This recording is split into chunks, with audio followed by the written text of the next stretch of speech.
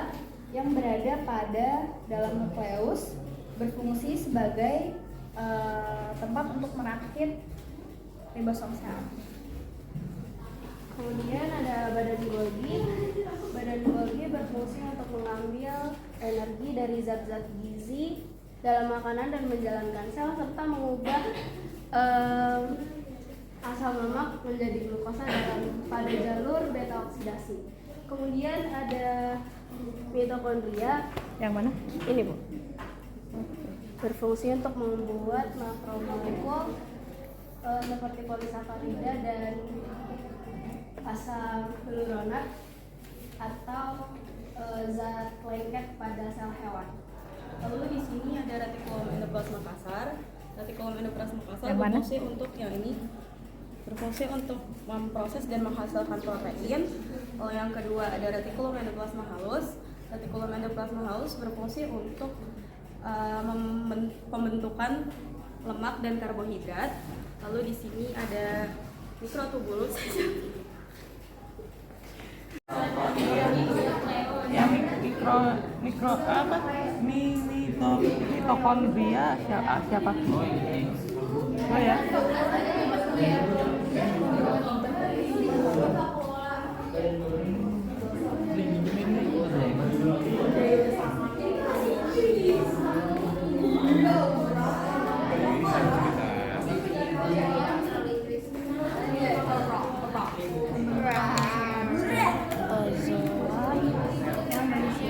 Pemecah selubung sel.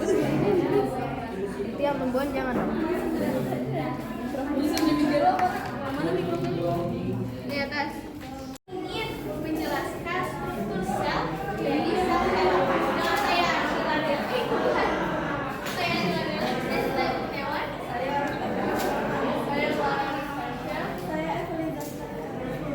Oke, jadi hari ini kita ngapain sih, Cinta?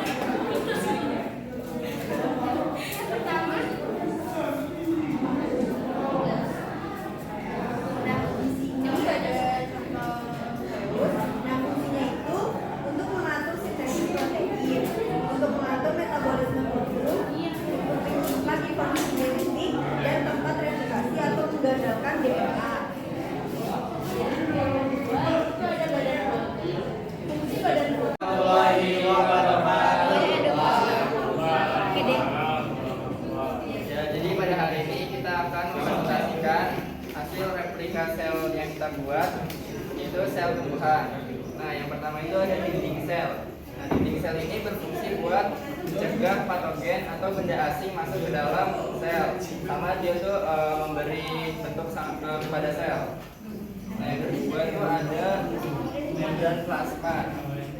Yang hijau-hijau. Ini yang hijau-hijau. Ini membran plasma. Yaitu tadi fungsinya mengatur pergerakan sel sama memungkinkan komunikasi antar sel. Yang selanjutnya ada badan Golgi. Oh ini badan Golgi. Ini yang gambarnya ya, fungsinya itu untuk membantu pembentukan membran sel. Badan Golgi itu juga berfungsi untuk melepaskan sekresi mikrosom dan juga akrosom. Kemudian di sini ada karbohidrat adalah komponen pangan yang berfungsi sebagai sumber energi utama untuk tubuh. Setelah mengkonsumsi karbohidrat, tubuh akan memecah makronutrien tersebut menjadi glukosa yang merupakan sumber energi utama bagi sel, jaringan dan organ-organ itu. Yang kedua ada protein. Protein juga merupakan komponen. Contohnya tuh kayak pertukaran gas gas yang napas apa sih? Oksigen dan karbon. Ya. Nah, di sini tuh udara tuh bisa masuk lewat sela-sela sini, jadi nggak perlu energi. Sedangkan kalau zat-zat kayak makanan tuh dia perlu energi agar bisa masuk jadi zat lah di sini. Nah, habis itu selain membran sel, yang kedua ada nukleus atau inti sel. Inti sel itu dibuat yang sudah diajari oleh Bu Ranci. Nah, jadi sebelum itu perkenalkan, nama saya Krisatiardana. Saya Rasa Citra. Saya nama Aziza. Saya Sabina Muhammad. Saya Siva Maulidina.